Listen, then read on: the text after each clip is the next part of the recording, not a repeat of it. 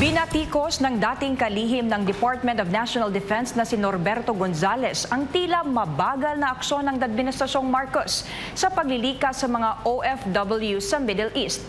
Kunestyon din ni Gonzales ang kawalan umano ng emergency fund para sa mga naipit sa giyera sa kabila ng bilyon-bilyong confidential funds ng Pangulo. Si Almar Forzuelo sa balita. Ito ay isang napakalubhang emergency. Hindi katanggap-tanggap para kay dating Defense Chief Secretary Norberto Gonzales ang katwiran ng pamahalaan na mahirap magpababa ng eroplano sa mga lugar na may giyera sa Middle East. Sa eksklusibong panayam ng SB9 News sa programang Pulso ng Bayan, iginiit ni Gonzales na bilang isang kinikilalang estado, may kapangyarihan ang Pilipinas na gumawa ng paraan. Hindi natin pwedeng sabihin na hindi pwede. Yung mga, alam mo, gobyerno ka eh.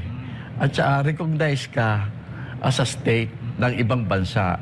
Ayon kay Gonzales, dapat noon pa lang na namumuo ang tensyon ay nagpadala na ang Pangulo ng isang responsableng opisyal na may sapat na otoridad para makipag-ugnayan sa mga gobyerno sa Middle East.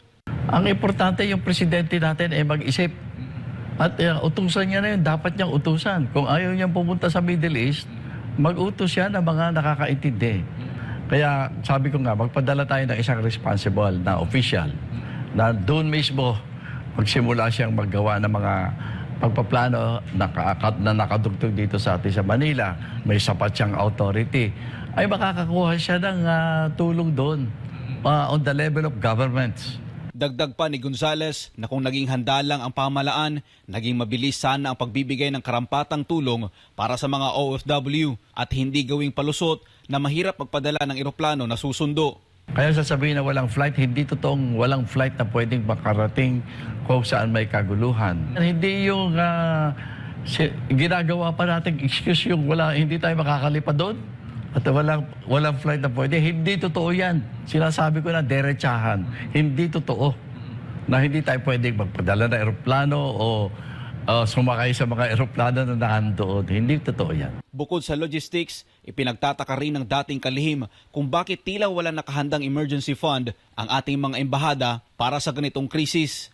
Payo ni Gonzales kay Pangulong Ferdinand Marcos Jr. kung talagang gustong tumulong, ilabas ang bilyon-bilyong confidential at intelligence funds nito.